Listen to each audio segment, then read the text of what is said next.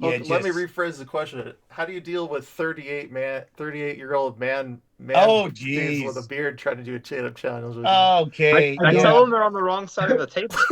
I I don't. say, if you want to do a trade up challenge, that's a pay for good the one. table That's a good one. You're on the wrong side of the and be table. a That's a good one. vendor. So welcome, guys. Thanks for taking time out of your Saturday to come and talk vendor shop with everybody.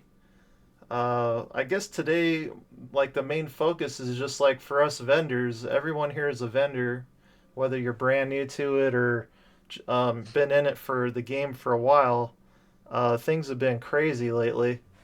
So the thing is like, what can we do to help each other out in this crazy market, right? Um, Mm. and so let's just go around the room real quick here.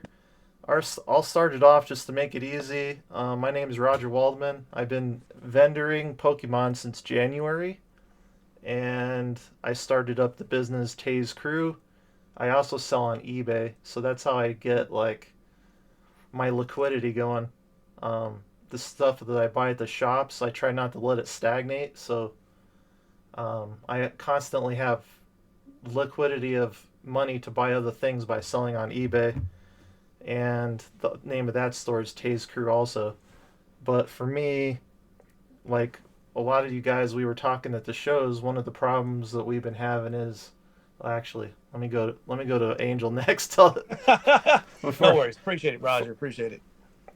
Okay, so everybody, yeah, just hello, fellas. My name is Angel Soto. I've been in this business for about like a little over 2 years now. I'm the owner of Moto Soto's Curious Collectibles out of Wichita, Kansas. I'm just a small shop based out of my house, right? There's like my little office right here. Um, I initially got into this because my son collected, I had bought him some Pokemon cards many, many, many years ago, and just all of a sudden they were in a binder and I looked them up and I was like, oh my God, look at all this. I was like, this is actually worth money. Oh my God. Like I couldn't believe it. Right. So, and that was a few years back. So we started just collecting. And then I was just like, I ran into the problem. I was like, I was buying so much and collecting so much that I was like, what do I do with all this extra stuff? yeah, And then my wife's like, hey, yeah, just form a business. So I looked at my son, at the time he was 13, and I was like, hey, you want to have a business? He's like, sure. And there we go. So I've nice, been selling Pokemon and One Piece and Funko Pops and everything like that. Like I said, like the last 2 years, 2.5 years. sweet. Thanks, Angel. Yes, Justin, sir. let's do you next, Hey, buddy. yeah. Hey, I'm Justin. I own Lunchbox Collectibles. I got it back in probably about a year ago, close to a year now. Hmm. I actually have a very similar story. I collected when I was a kid and found my binder when my son got back into it and realized how much money I had. And I originally was just going to start collecting and just get back into the hobby for what it was. And then Hmm. when I started realizing the potential of what like what I've done like as far as my careers go, and then like what Hmm. the hobby was doing, I saw like an opportunity to like take it a little more seriously and pursue it for an income. So I enjoy both sides of that coin, and yeah. So vending, I'm pretty new. I've only done one show, but I do a lot of online sales Oh, Gotcha. and nice. like local stuff, and I try to be like in the community here in Denver. Try to be like pretty Hmm. seen there. So, but yeah, Gotcha. I'm very new to vending, but did well at the show I met Roger at. I was pretty happy with that, and it went well. So yeah, Nice. Yeah. Roger's a good guy. He's a good guy. yeah, I try, fellas. All right, we hit Mark. a nice little deal right there at the end. Oh Yeah. yeah, we'll talk about that. What's up, Mark? So, hey, how's it going? Yeah, Mark, I'm probably odd man out. I don't collect Pokemon. I tried to collect and from a vending perspective, kind of collect it and learn it. Hmm. It's well beyond me. That ship has sailed. I can't. There's no way. My oldest, my two oldest boys, they're grown now, but they collected when they were younger and that kind of thing. But I actually, when I was younger, collected comics. That's how I started. A Right. lot of stuff was Marvel comics specifically. Um, and then in like 2019, 2020, kind of during the COVID thing, I kind of just started looking at, and I also did Funkos. I started looking at sports cards. Hmm. I had a few from back in the day, but I never, not enough to really say that I collected them. But then during the COVID, I mean, you didn't have nothing to do but sit there and watch Very breaks, true. get in on a couple breaks, and then I started actually hitting a couple cards that were worth some money. Um, so I was like, wow, let me go ahead and see what I can do. Hmm. And then in 2021, I created iCards and I actually started hosting shows in the Denver area. Hmm. 4 or 5 shows a year I'd host, and so I just started knowing a lot of guys. I haven't hosted a show now in probably about 2 years, um, but I still go to shows and I sell, like I said, mostly sports cards, a couple Marvel cards. Every once in a while, I'll sell a couple comics, but I end up having seller's remorse, so I really I try not to do that. I try to keep it to football and Right. basketball, selling those cards. Gotcha. Gotcha. Yeah. Gotcha. My PC is pretty. I mean, I got Funkos in my PC, comics in my PC, Right. um, a couple sports teams. So I mean, I'm like, I pretty much, I don't even, I don't know how guys can do this. I know guys that do, but I don't know how guys do this to eat. Like Yeah. I get a little Yeah. bit of money and I end up flipping it right back into the hobby. Like there's no, Agreed. Agreed. Right. it, it's a self-sustaining hobby, but it's definitely not, it's not paying the mortgage. No, nowhere near Right. Right. for me. I think a lot of that's one of the things I wanted to touch on is like right now we have this like subculture of cardboard assets, and Right. instead of people being able to afford like a $500,000 house or Hmm. an $80,000 vehicle, they're going, well, I really see like this huge influence from especially from like online and stuff. Hmm. People are wanting to pick up these cardboard assets and kind of wanting to make a future out of them, which is really interesting to me. How do you guys feel about that? Well, I think every decade or every generation something changes. It's interesting that the people, certain people will have enough foresight, to understand where the market might be, in 10 to 20 years. It's just having, I don't know, the willpower to like pick something up now and sit on it for that long, as an asset. Because I mean, everything, it seems to me, very cyclical, right? I mean, at one point, Pokemon was really, really popular and it dropped off. And now it's popular again, you know, Mm-hmm. um, baseball cards, football cards, same thing. Funko initially was very, very big, and then all of a sudden it fell off a little bit. Now it's kind of like plateaued again. So, I mean, I think, a lot of people are trying to catch the wave in one aspect. Yeah, Um, and then to see where they go with it, I don't know. I mean, as far as holding it as like a really good hard term, long term asset. I personally don't see the feasibility in it. I collect other things, but for now, for me, it's been profitable enough, yeah, to turn around and flip these things, but nothing that I'm doing very, very long term. I mean, I have my own personal collections, my own PCs, that I have of like all my master sets, and I'm going to let those sit for as long as possible. I mean, I don't need it right now, but yeah, hopefully, we'll see 5, 10 years from now if it really continues to grow or if it falls off a little bit and comes back around. yeah. How you guys how you guys feeling? Yeah, I mean, I know some guys that do it. Yeah, Hmm. You got to really put in the hours. True. Like if you're going to do it, like it's definitely not a get rich quick No, scheme. Like agreed. that's for sure. you see some, you see there's like that documentary on Netflix, and you see some stuff here and there where somebody found a whatever year one Pokemon pack underneath a plastic Right. shelf or something like. But the chances of that True.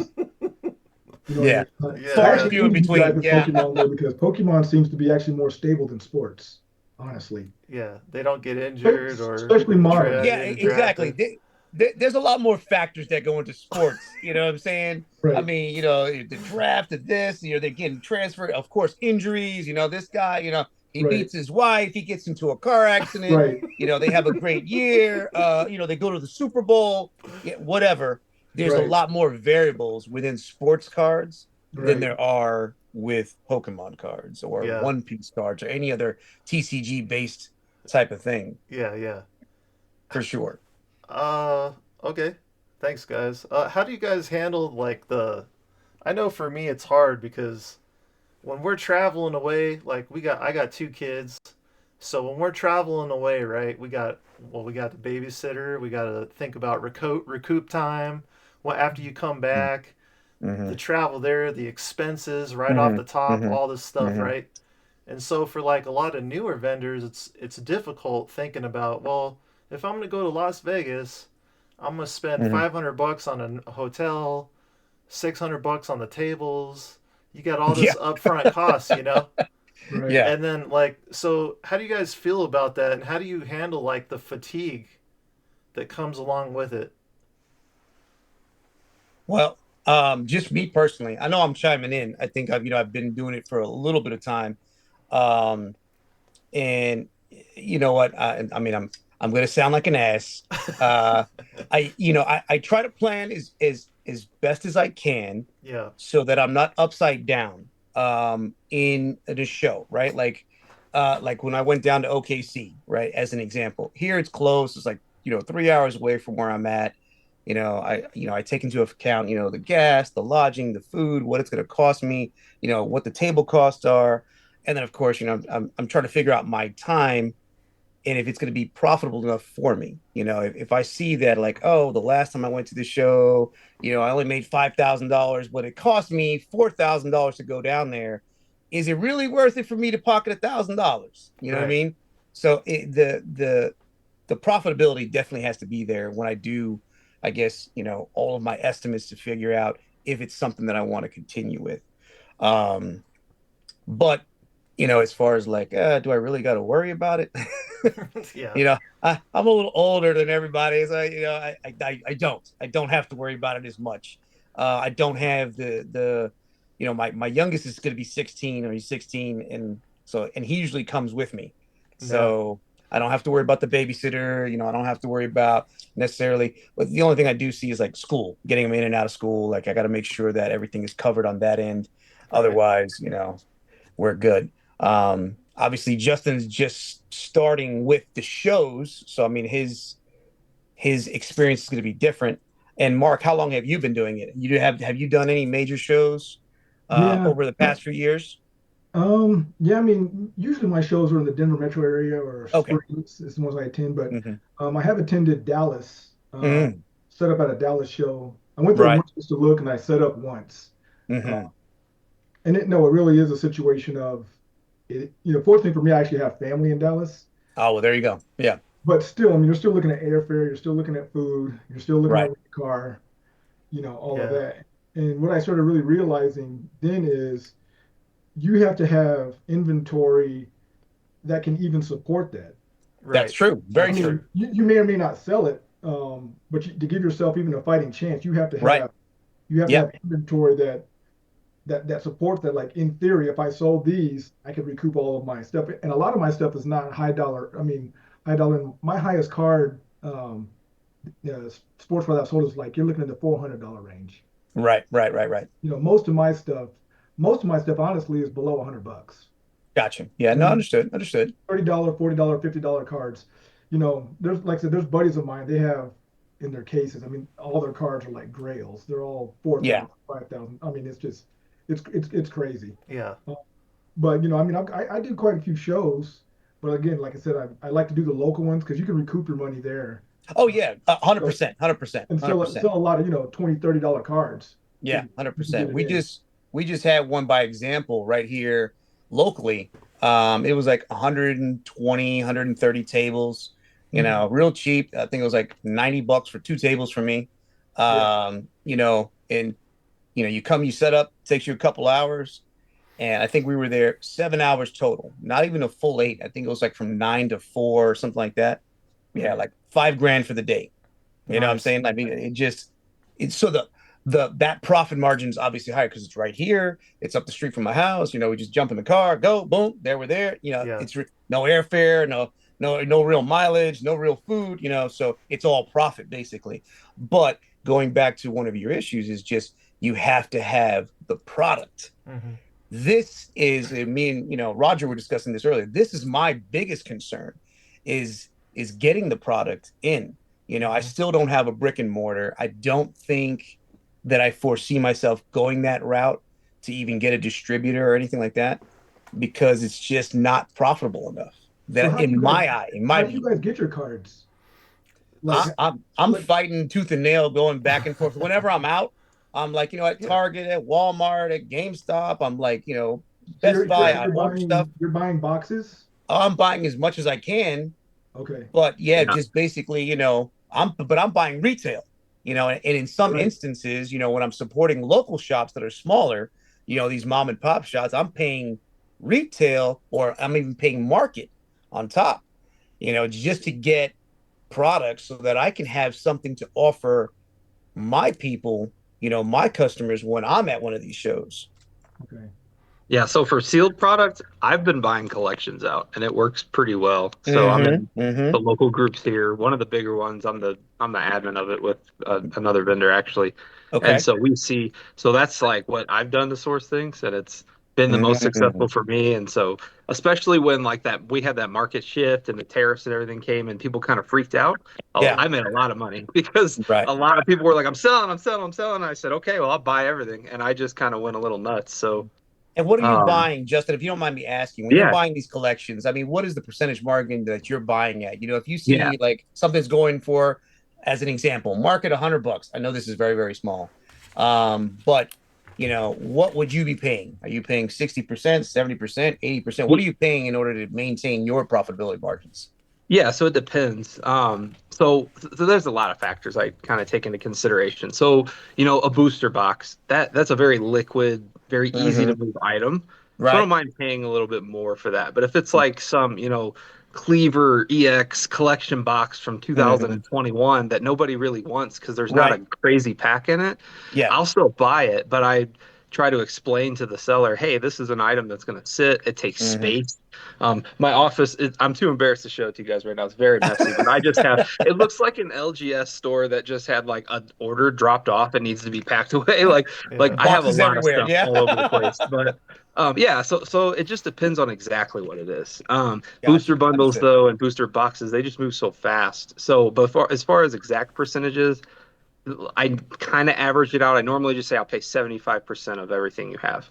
And so Gotcha. normal, for a lot, so bigger deals, they had like really good stuff. I paid a little bit more, but that's kind of like the start I use, the Mm-hmm. 75%. And normally if someone gets offended by that and they Mm-hmm. don't really want to entertain that, it's one of those guys who they have a $5,000 collection. They think they're going to sell it for 95% market and they're not going to Yeah. take the time to Yeah. go item by item. And you're Right. not, in my opinion, you're never going to make a deal with that person. They're just going to, Right.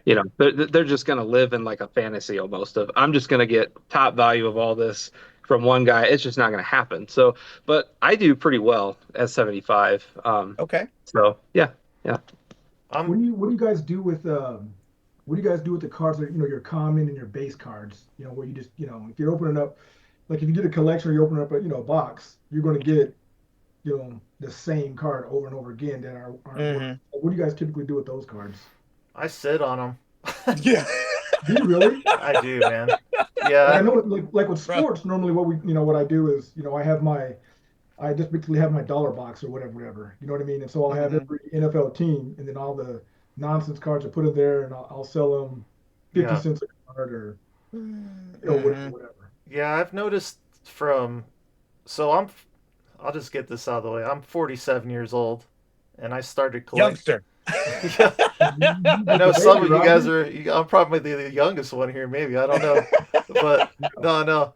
I started collecting when I was about 15 Mm. and I have commons, uncommons from like I did a lot of Magic and Yu-Gi-Oh in my younger Mm. days. I have commons and uncommons in boxes still from that era, and a lot of those uncommons just from Hmm. 20, 30 years ago are now like $10 cards. So It's very I'm true. not like in a super big rush, like I'm in it for the long game, but Mm-hmm. for me personally, like I have a local card shop I go to and I do help support them sometimes when they pick some stuff up that I'm interested in and I've known them for a long time, so they might cut me a break, maybe 85, 90% on some stuff I'm interested in. But Mm-hmm. 95% of the stuff I buy is just me scouring the internet. Um, and Hmm. I definitely have like a book list of like 50 different websites I go to, and I'm you know, obviously buying more from some of them than others, Right. but I definitely keep track of the market as best I can, and I pull the trigger a lot. So that's how I get all my stuff, and especially with Japanese products, Mm. like all these boxes back here are almost all Japanese, and the tariffs were a thing for like 2 days, Yeah. and Yeah. it's like if as long as you're not shipping more than $800 per day, you kind of skate underneath the radar right now. Hmm. Ordering overseas from Japan, anyways. I don't know about other countries to be completely honest. Hmm. Um, but I carry at shows, people know me for having a lot of Japanese cards. So I'm like 50-50. I usually have like Mm. one display case that's like completely full Japanese. And a lot of Hmm. people will go towards that because number one, they don't play Pokemon. They're in it for the cool artwork and they're in Right. it for the Right. collective nature of the industry. And Mhm. so I've really picked up like my top 100 cards. I could probably Hmm. just rattle them off to you as far as liquidity goes. Um, Number one card I've sold this year the most is a Chansey card. Like it's a full art Mm. Chansey. It's got all the other, there's like six Pokemon in the same card, and she's walking through a room carrying some files. That card, I've probably sold 200 copies of that card this year alone. So Wow. yeah, so it's like How much do you sell each one of those for? What are those going for? the Japanese one anywhere between $7 and $14, and the Okay. English one is like 20 to 35 somewhere in there. Okay. So Wow. I just really keep track of that either on a piece of paper or in the old brain when it feels like working, and I go, okay, well, and I was kind of telling Justin this because we made a trade at the end of the Denver Card Show. He had like a bunch of older Watsy stuff, and he wanted to get some newer modern stuff. So we made a trade, and uh, I just wanted to kind of tell him and let him know as Mm. well that you know the Watsy stuff can be very profitable too when you find the right buyer, and when you do Yeah. find the right buyer, like networking is everything. Like get Yeah. that guy's number, mark it down, and say, hey, next time I get this, would you mind if I give you a text message or Hmm. whatever? Hmm. Because I remember specifically at Front Row Card Show in January when I went there, there was one gentleman that came by and he was from London, and all he wanted was my Watsy stuff. Wow. So Mm. there's definitely like a market for, and try and keep track of those buyers or just make contact with them and keep their names down, stuff like that. Mm. Oh, for sure. I agreed 100%. I think marketing and like networking in between individuals is definitely something to do, you know. Yeah. I'm always forever trying to like old school pass out my card, you know what I'm saying? Right. And have people just, yeah, yeah, I tell them all the time, yeah, text me, call me, smoke signal, whatever you want to do, just get in touch with me somehow, and let me know what you're looking for. Yeah. So I might be able to help you out, and yeah, I'll have people, who will definitely reach out, Yeah. and they're like, hey, I'm looking for this, and I have constant customers that come back just from that. They know that I give fair prices. They know that I'll actually do the legwork for them, and try to find something that they're looking for. So they're all about it. Yeah. How do you guys deal with trade up challenges? Oof, oof. Then we talked about this before. Yeah, I personally just don't do it, and I just tell them like, hey, yeah, I'm just not Yeah. into that.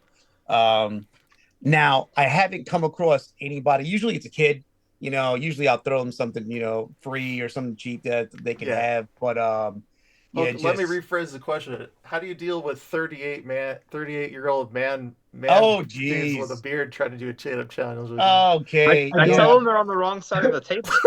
I I don't. say if you want to do a trade up challenge, That's a pay for good the one. table That's a good one. You're on the wrong side of the and be table. a That's a good one. vendor. And I Yeah. dig that's that. what being a vendor is Yeah. essentially trade up challenges. If it's And a so girl, if they want to do that, they need to rent a table, they need to pay the right, fees, they need to, you know.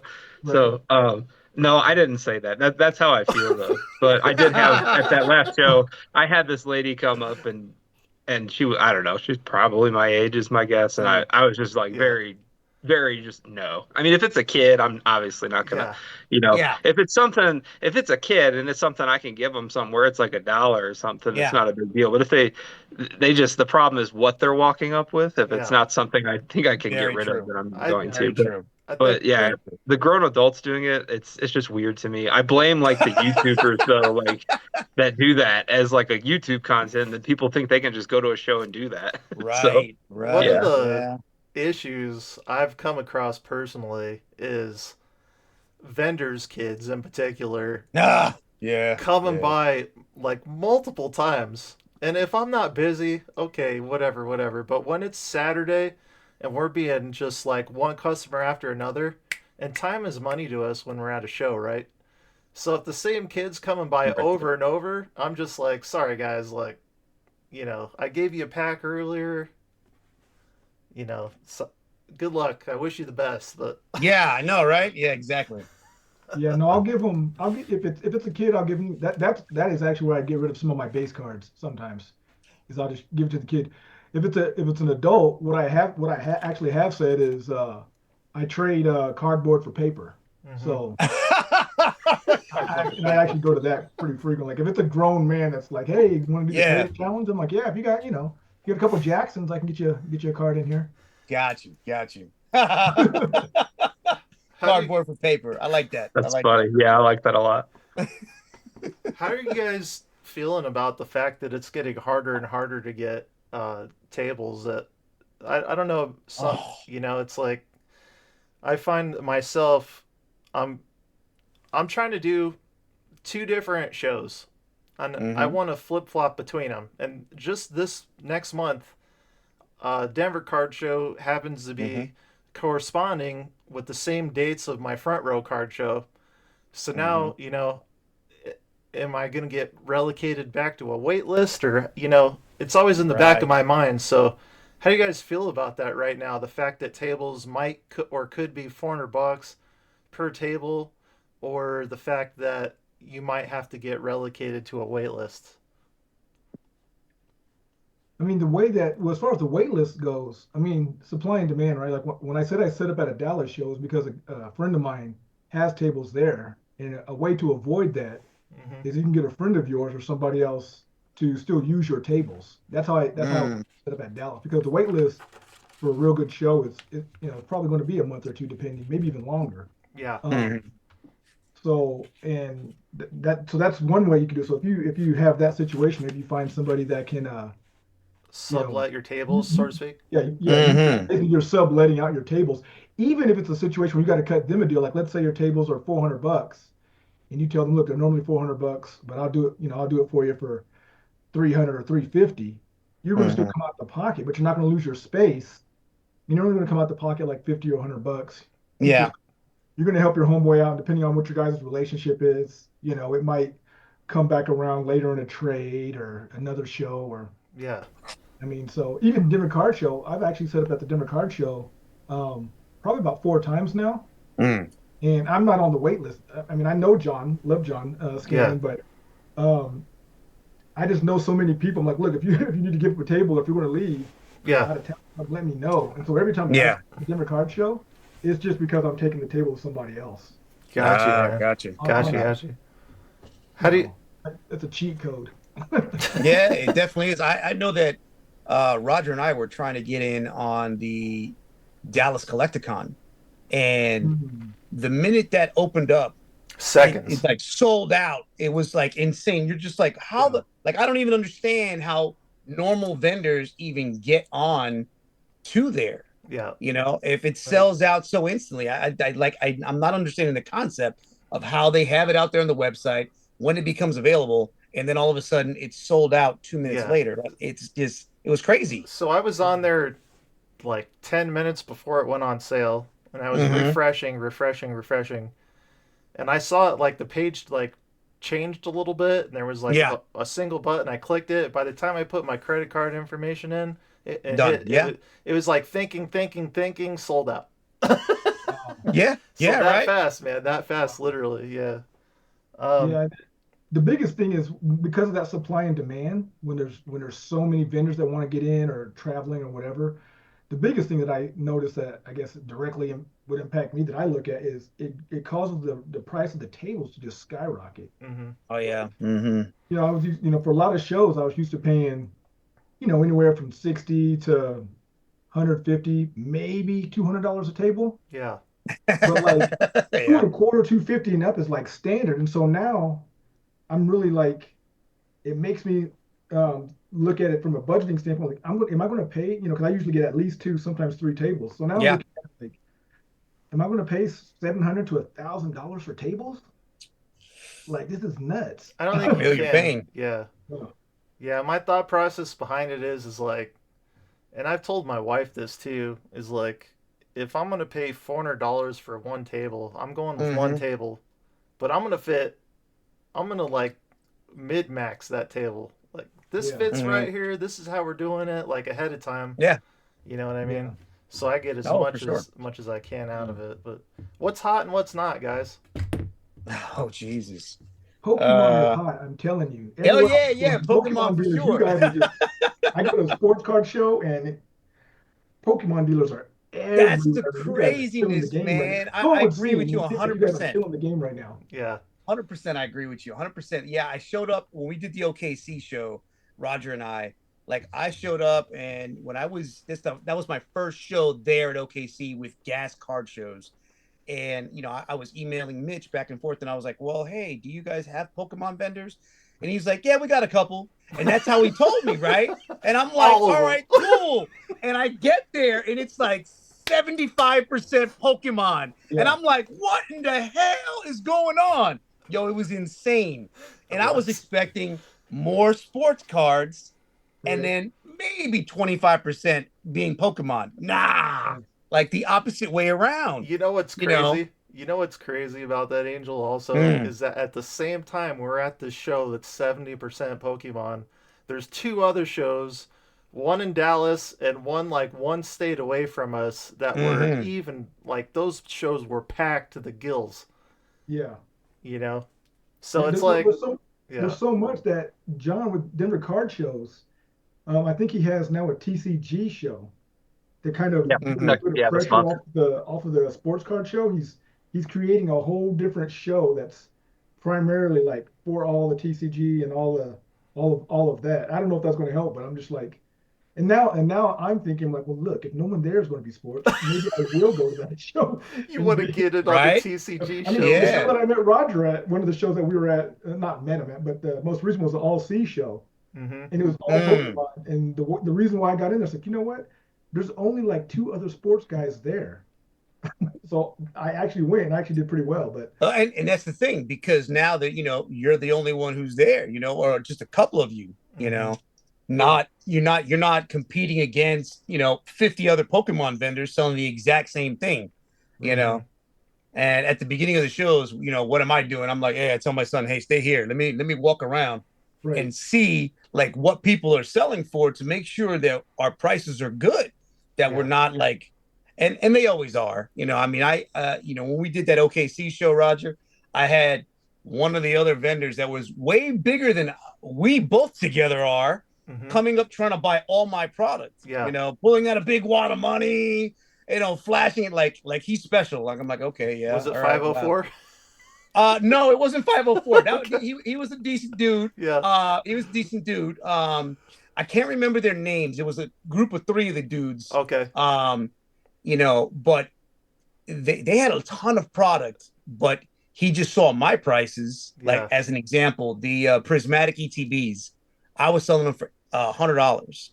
Everybody else had them like 125, 150. Yeah. So he came up and he was like, "Yo, well, let me buy them all out from you in cash, no Mm-hmm. tax, for $80 a piece." And I'm like, "So you could turn around and sell them for 125, 150? Yeah. Like, where's my profit margin? I paid 65 for each one. You know what I mean? Like, Yeah. mhm, so, but yeah, that's definitely a thing. That's definitely a thing. Hey, gentlemen, hold on one second. Continue. I Yes. have to get up 1 second and check something out. No I'll be worries. right No back. worries, man. Thank you. How do you guys feel about when that happens to you? Like it's obvious there's a lot of rip and shipping stuff going on and all this stuff online as well nowadays. How do you guys feel about if someone comes up and they're like, "Hey, I'll offer you 82% on blah blah blah. You guys gonna do that, or are you gonna probably be like, nah, I'm gonna hold off for at least 90-95%? It really depends on the situation because I had that happen a lot. I don't know if you got to come to my table at the last show, but I had a lot of sealed with me.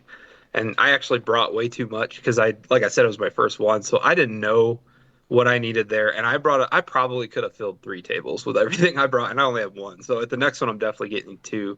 Um, so it kind of depends on, for me, a few things. Like, are they going to take my absolute best items and they're trying to just get deals on that? Well, of course, I'm not going to mark that way down. But are they going to take a mix of things? I had 2 whatnot guys come to the booth, and one I actually exchanged numbers with.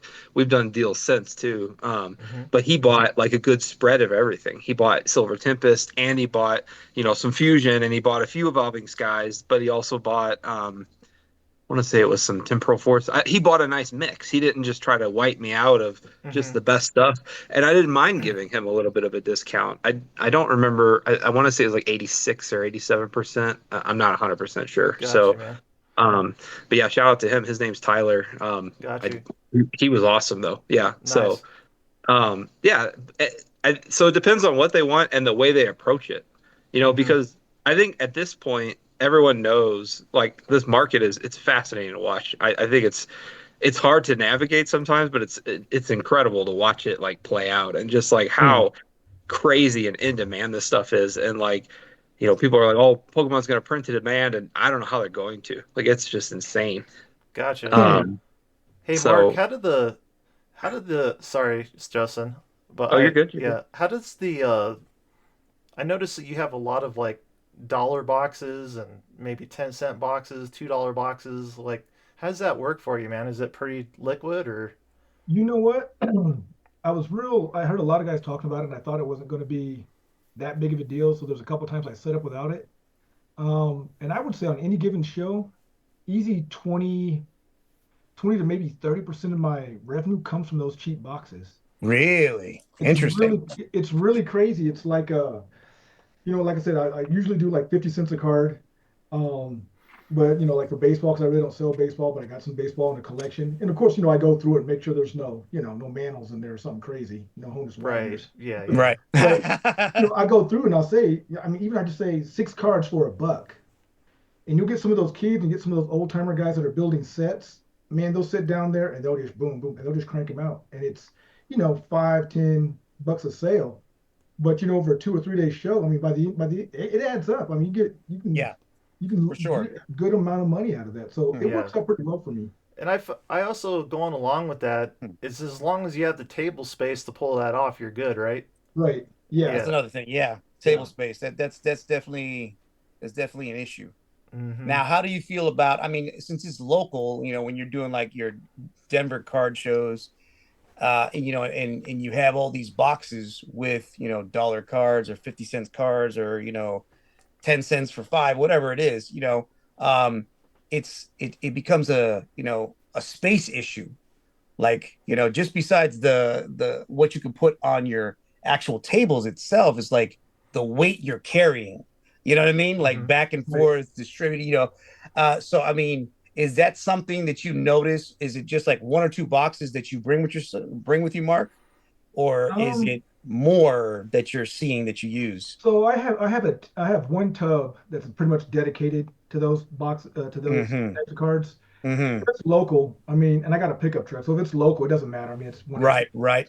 But local, like when I set up in Dallas or if I go do something like that, like it's not worth it to bring all of that Mm. to a show like that. So I might have a decent amount of maybe some $10 cards just to kind of have Mm-hmm. some cheaper stuff. But if I'm going out of state, you got to bring you know Yeah, you gotta bring your heavy hitters. more money Yeah, Yeah. got you. because you're Yeah, already in it so much. I mean, if yeah, you for were to sell sure. $200 worth of shit, like it's just not gonna. Yeah, Yeah. 100%. So Mark has to get going in about 10 minutes. I'd like to just open it up now. If anyone has any questions, like for any of it, like just general stuff. If you're ready for the Anybody got next some cheap show, product to buy? Anybody selling collections right now? Can I pick up some product from everybody? I sell it Yeah, to yeah, you yeah, cheap, yeah. Yeah, I know, right? 102%. Yeah, Hey, yeah. hey, let me talk to you about those $100 prismatic ETBs you got though. That's a Yeah. Oh great yeah, deal. yeah, man, yeah, man. Yeah, speaking of which, let me respect it. Let me product this Oh out right my here. I gosh. got this Shameless ETB going plug. $100. Shameless plug. Yeah, I know, right? It was crazy because I was telling Roger earlier, when I'm supporting like the local guys, I paid, market price for that. And it's just, I'll pay the market. So I paid them $100 plus tax, and I'm gonna still sell it for $100. So I'm gonna lose money on it, but it's Hmm. just so that I can have product because right now that's my biggest concern is Right. getting product in at a fair price. Whether Yeah. that's gonna be market, MSRP, whatever I'm paying is just to try to get a fair price here in Wichita. I don't. It's such a small town. I don't have the amount of people like Denver. You know what I'm saying? Right. That you could be, you could have forums of people, selling all their collections off and everything. I don't get that here. You know what I mean? We're like what, a fifth of your size, a quarter of your size at that.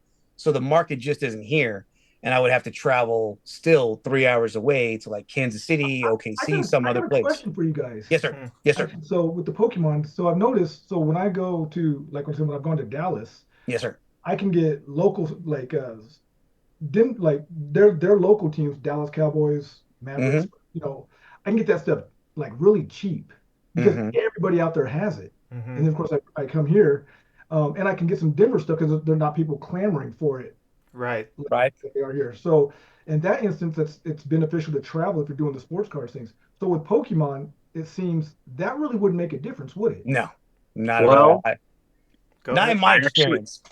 I actually think that it can Okay. because so here we have the vending machines, and there's a Hmm. lot of product that Oh comes from those shit! machines. Yeah. And the reason I Wow. know that it affects it is because some of the guys I work with, one of my biggest accounts I work with is in Florida. And wherever he's at, they don't have Yeah. machines there. And so a lot of his orders with me are almost exclusively all like vending machine stuff here that be those like higher ticket items that out Mm, there are worth a lot more. And so when I don't mess with the machines, I tried at the beginning and I mm. very quickly got tired of it. But when I buy collections out, a lot of times it's just those guys that run around, they go to the machines and the stores. And so I get a lot of that stuff. Interesting. And then Wow. it goes, One. yeah, and then it goes out to him. So Mm. I definitely think that markets can be different in different areas of the Oh, country, just Yeah. depending on 100%. what they sell. Yeah, The yeah, only 100%. the only 100%. thing yeah. I've the only thing I've noticed with Pokemon cards in general is if I go to OKC, for instance, Mm. next time I'm only bringing English cards Right. because I notice if I go to the West Coast or Vegas or some of the bigger cities, Mm-hmm. not in the central United States, the Mhm. Japanese moves really well. And I think Right. it just In has the a United lot to States. do with the type of collectors, or they're not even a little bit interested to know Right. where Pokemon came from. That Mm-hmm. it's just like a different mentality. It's not good or bad. It's just different, right? Right. So Yeah. yeah. I have a question for you guys, Yes, actually. sir. So, when you guys do shows and you have your product out, have you guys ever, so I see the norm is everyone prices everything. Do you guys ever not price things and just leave them out? So when I went, I didn't price anything. And the reason I didn't is I wanted people to engage with me so I could talk to them, feel them out, see what they're looking for, things like that. And it seemed to do fine, but Mm. I've The only done one show, so I don't know. Maybe I shot myself in the foot. Do you the guys reason have? the reason why I price everything is to save time. For me, it's like I gotta. There it is. It's like Yeah, that makes yeah. I guess that makes The sense. only Yeah. time I don't price something, Justin, is if I got like a Dragonite V PSA 10 and they're going to haggle with the crap out of me for it. Ah, It's like yeah. anything over $500, you're better off not pricing it because they're just going to do the stupid, I'm going to look up market and blah, blah, blah. It doesn't matter. It doesn't Yeah. matter what you tell them. Like, I just priced it last night or whatever. They're I going to actually look it toy up. with this So, back and forth actually, and I yeah. talked to guys about this. So I actually, for the most part, I pretty much price everything, Hmm. but I Mm-hmm. put the price on the back. So Mm. they still have to engage with me, but I do that kind of actually for myself because after you check stuff, like you got 5 cases of stuff out, and sometimes it's just hard to manage. Mm-hmm. Yeah. Um, but also another guy told me that if you price and you put the price on the front, although it may save time or something, and you don't necessarily engage, if you have one or two cards that maybe you didn't update and it's just priced crazy, like, maybe it's comping at 150, but you got a Mhm. price for 250 and they know that, they're going to assume that all your stuff is just, Very true. Outrageous. That Yeah. that that's Yeah. yeah, that's a point to contend with. yeah. I think for me, um, I have everything priced. All right, like in my binders or anything that I have out. As a matter of fact, everything I have is. I don't know if you guys can see that. You see that Yeah. barcode on the back of Oh, the Yep. nice. sleeve. Yep. So everything I have is completely barcoded. It's inventoried. I don't got to worry Wow. about like, oh, when they've It, picked up 20 different cards, this one was five, that one was three. Where'd you get that one from? Or, because I don't price the actual like the sticker on the card in the back or Oh, anything you like can that. update the barcode? Yeah, yeah, you could update the Oh, park so in your system. So I use Square. So yeah. in the system, I can just look that up. I can look up, oh, it's this, Pokemon card XYZ, look it up. And if it's going for a different price, I can change it automatically in the system so it can reflect that. Now, I know that like for me, if it's a big difference, if we're talking, oh, the card shot up $20, I'm gonna make that price adjustment, put it in there, right, and price it because I actually have a price sticker that has like my little logo, my name on it, and it's got the right. price sticker, so everything looks neat. Everything for me has to be like very organized and very, I So don't you know. have a scanner? Like Yeah. you have a scanner? Oh Like, yeah, man, I got Angels, this machine. I got a cash register let me scan. I let got a me chime receipt in here printer. real oh, quick. Angel's the only vendor I've ever talked to out of every show I've been to who actually all his stuff is inventoried. It's all barcoded. that's crazy. Yeah. Yeah, it Oh, takes wow. time. Don't get me wrong, it takes time, Sure, but sure. like for me, in the long run, I think it saves me a little bit of time, right? I'm not guessing on anything. Square will send me a report. Of course, I'm losing 3% to Square. Whoop de doo. You know what I'm saying? Like, it is what it is. The cost of business, you know. Um, but I'll get a daily report, like all my number of sales, how many, what was selling, was it Pokemon, was it One Piece, was it Funko, Man, which that's great. brand of it, was it more Marvel, was it DC? So I have all of that information so I can know what to find and what to replace. Plus it tells me, oh, you're out of stock. You know what I'm saying? You ran out of this, buy that. You know what I mean? So I get all those things, and this is all from the free Square. I don't even pay for all the updated stuff in Square to like use all their extra features that they Right. have. So this is just the free stuff. Now don't get me wrong, sometimes it's a pain in the ass to like sit here and Sometimes. photograph each thing and make up the barcodes because all that costs money, right? Like I had to go out and buy a specific laser printer and fucking, you got to buy the labels, and it takes time to put them all on there. But what I have noticed is that I have a lot of customers that will come and they'll be like, damn, your stuff is very neat, very Right. organized. And they know just by that looking like that I take care of my product. You know what I'm saying? Sure. You're not going to Yeah, see from a it. It's not going professional to be all standpoint, dinged that's up. awesome. It looks. I try to look Yeah. as professional, like a store, as I would, as I'm trying to be. You know what I'm saying? So Right. that everyone gets that vibe. You know, we went back. You asked about the pricing. And I said like my stuff is it's all priced.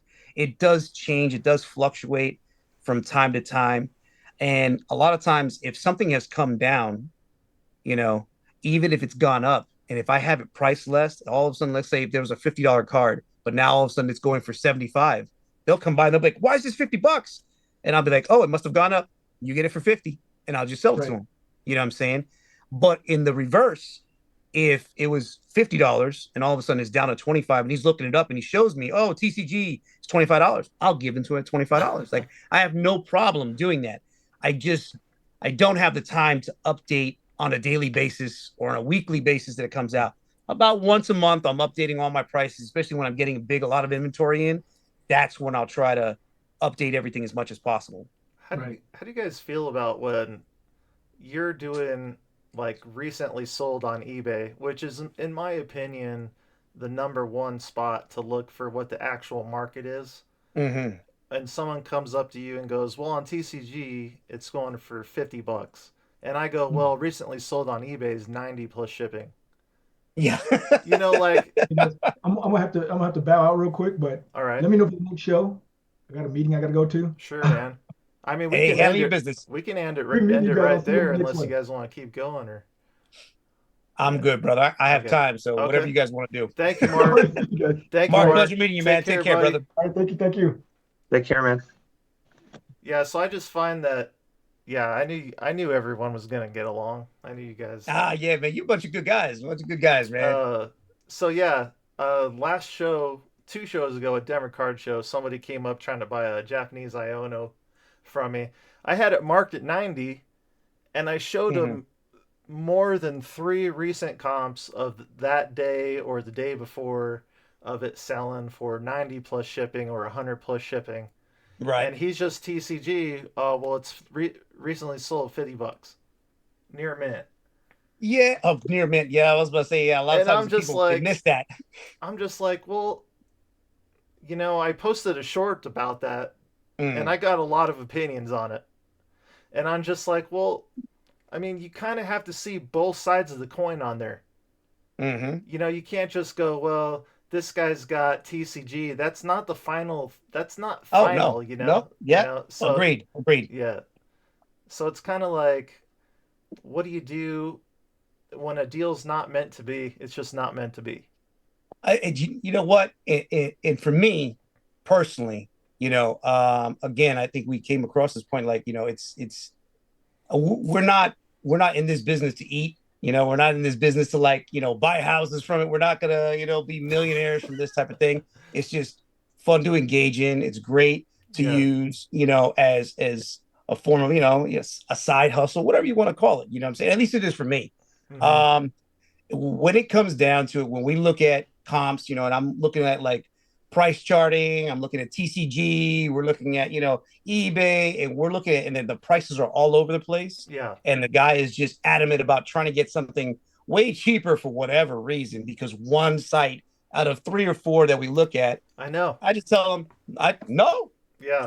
I know you As got it. simple as that. It's just like, hey, sorry, Yeah, we you're just gonna have couldn't to come to stay an agreement. firm on it, right? Yeah, Yeah. yeah, It kind of depends on what the item is too. So like Mhm. Pokemon Center ETBs don't sell on TCG Player all that often. So Right. if you comp them, I was gonna pull some up. I don't mess with it right now, but so you can look on there though, and they'll be like 30% higher than they are on eBay. And Yeah. so yeah, I look at like how many items have sold. So Yeah. Yeah. if someone showed me something on TCG Player, but there's 16 sales and the item is 2 years old, I don't really Yeah. consider that. That Yeah. doesn't mean anything to me, and Right. Yeah. vice versa. Yeah. Right. So I just think it kind of depends on what's there. And we live in a very unusual market because let's face it, when we go to like the mall, for instance, Hmm. you see you want to buy a watch, you don't go up to the gal behind the showcase and go, well, you have it stickered for this, and then pull up eBay and go, you know, you know what I'm Yeah. saying? So Yeah. people Yeah. have to. I would just want to shout out to everyone that comes to our tables. We're very pleased and happy that Oh you're yeah, going for to do sure. business with Definitely. us. But the bottom line is that we have our expenses and we have the market of the cards, and sometimes they don't line up. And if we can't sell it to you for what you're asking, then it's just not meant to be. Oh yeah, 100%. It's Yeah, 100%. Yeah, I agree. I agree. I agree. yeah, Sometimes it's just not meant to be. Period. yeah, And exactly. if we Yeah, can't, if we can't come to an agreement on price, then it's just, you know, sadly, sorry, yeah. just keep it moving. Keep it moving. You know what I'm saying? What's the I'm sure somebody. What's the favorite show you guys have been to? Oof. I do like the one down in Dallas, man. The Collecticons. I like them. They're a little. It's a little bit of a different vibe. It's a little bit of a mix. Yeah, Um, I'm about to do another gas card show up in Kansas City here the 16, 17, 18. yeah. So I'll let you know. I'll definitely Oh, have for to get sure. back with you. Yeah, I mean, I like me and Mitch, the one from gas card shows, we get along. So he's real easygoing. yeah, Easy to get the stuff. And I'm always doing it so far in advance. I get like that super early bird pricing. yeah. So for a couple of tables, $200-300 is not a big thing. It Right. works out for us. And he's real flexible with certain things. So that I like. We've been to other certain ones where they're very, very rigid, Yeah. and like, and you're just like, oh my God, have some flexibility. We're all people here. Yeah. We're all just trying to make a buck, you know. Yeah. So it is what it is. Yeah, man. Mine's front row Oh yeah, for I sure. looked. I Yeah. tried to look in the front row, man, and Yeah. everything. I even emailed them, and everything was completely sold out throughout the middle of the year. And I was Yeah. just like, oh my God, Yeah, it's nuts, dude. And I didn't see anything for like the ending of the year, the second half, as of yet. So, but yeah, I mean, I would love to get into that one of these days for sure and check it out. I know that you said it's like very pristine, the way they have everything done. Yeah. And I dig that, you know what I'm saying? That's like right up my alley for everything to look a certain way and have a certain vibe to it, certain feel, I know you know. in January when we did our first front row, Hmm. we had the availability to buy all the upcoming shows. Oh And wow. then and so I put in I had the so I basically had the opportunity to buy San Diego, the next Vegas, San Diego's after a week after, and then Hmm. one other. And I didn't have the capital to pull the trigger on all those shows at the Right, same time right. because I was just starting out. And so now that I'm going back, I I almost bet that maybe I'll be able to buy tables for the next Vegas, Mm. which will be like 6, 8 months later, or who knows how Yeah, long. But there yeah. won't be the availability to buy yada yada yada yada all in a Right, row. right. So Hmm. kind of hosed. We'll see what happens next year. Yeah, right. You know, Are you guys And able to negotiate like cheaper tables if you buy multiple tables? I don't think So I so. talked to yeah, no, I talked yeah. to I I think his name's John, the guy who does them for the show we went to. Yeah, Roger, his yeah, name's John, right? yeah. John Yeah, Scanlon. Yeah. yeah, and so I was vending with a friend of mine, and so this next show we're getting four tables, and I asked him, I was like, "You gonna make us a deal?" Because he was gonna move us. We had picked our spot, and then he was Mm. gonna move us, and I said, "Well, we're getting so many tables. If you're gonna move us, could we get like a little bit of a discount or something?" He said, "Yeah, we could talk about that." And then I owe him a phone call, but Oh yeah. yeah, I just didn't know if that was normal or not. I figured. I guess it's my sales experience in me. I figure I might as well ask, but I didn't know if Hey, that's well, Yeah. typical what's the or worst they can tell you, right? Yeah. No, right? Yeah. exactly. That's Yeah, so Exactly. good. I'd rather just hear no, Yeah. like, Yeah. Exactly. than not have asked. That's so Yeah, for true, sure. man. I've been even been tossing around the idea of doing my own show because I want to do this full time. This is what I want to Right. do. I want to be Hmm. in this industry, and so I'm looking into buildings around the area I live in because it's a hot Hmm. market right here, right? Right. So I don't know. I'm looking into it. I don't know if it's ever going to happen or not, but anyways, I'm kind of digressing Yeah, here. I mean that's like me down here, right? Like, trying to find out, if I've looked at a lot of commercial spaces over here. You know, it's just Maybe the we should market do is it not as together. big here. Yeah, man. I mean, actually, believe it or not, one of my Funko friends that I've known him for a while, that he's done a lot of shows down here. He lives here in Wichita. His business partner is in Denver, and they actually have a shop in Denver.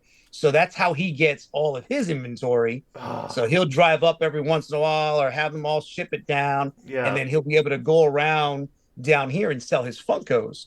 Um, and so that's another thing, though, with this being like a cyclical business, I don't foresee Pokemon, being so in demand, in 5 years from now. Maybe it might dip off a little bit and then eventually come back around. Um, so how would you combat that type of thing? You know what I mean? Like, I mean, are we supposed to like, how are you going to diversify? At that point, do you branch out into other products, into other like board games or collectibles or something else to offset your risk For that a you're taking if it's a specific brand only? for a If you're brick and only doing mortar or for a show. for a brick and mortar I gotcha. specifically, for a So brick and mortar specifically. so it's very similar. Like I used to own a brick and mortar here in Loveland, Mm-hmm. Colorado. Mm-hmm. It's all about liquidity. So Mm. you got to go after what's selling, and if it's not, then don't invest in it because it's going to Right. sit, it's going to take up space. It's Yep. like if you got and you have to take into account with brick and mortar the other people in the area who are already doing it better than you are. Yeah. because you're the new Mm-hmm. guy on the block. If Mm-hmm. you open a brick and mortar 2 miles down the road from a guy that has $3 million in liquidity on comic books, you should Yeah. not be selling comic books because that guy will Yeah. sell. That Yeah. guy will sell at cost just to put you out of business. It's Oh nothing. yeah. It's nothing to him, right? 100%. 100%. So you got to take that into account too. Like when I opened up, I knew there was already a store or two in the area who were doing really Mm-hmm. well with Magic. So I focused Yu-Gi-Oh, I focused Pokemon, I focused stuff they weren't doing. And Right. and as soon as I started like going down that road where, well, maybe I'll pick up a few comic books, like my profit went down the toilet immediately. Ah, see. Because Yeah. you're going from selling something that you're selling already into Amazon's marketplace. That's how you should look at it. Yeah. And unless you have like millions of dollars to compete in advertising and their, Yeah. all that stuff, it's the same way with brick and mortar. Like stay in your lane, find out what your niche is going to be and go from there. And don't open up a block down the street from somebody that's already. All right, friends of the channel, thank you so much for being here till the end. You're an absolute legend in my book. There was a little bit more, but we'll save it for some future bonus content. If you enjoyed this video, you know what to do. Subscribe, hit that thumbs up button for us. It greatly helps out our channel. Thank you so much, guys. The guys seem to really be excited about future content. You won't want to miss it, so go ahead and subscribe. You won't want to miss out on the future experiences of these gentlemen. A lot going on there. So thank you so much, everybody, and I'll see you in the next one. Take care of yourselves.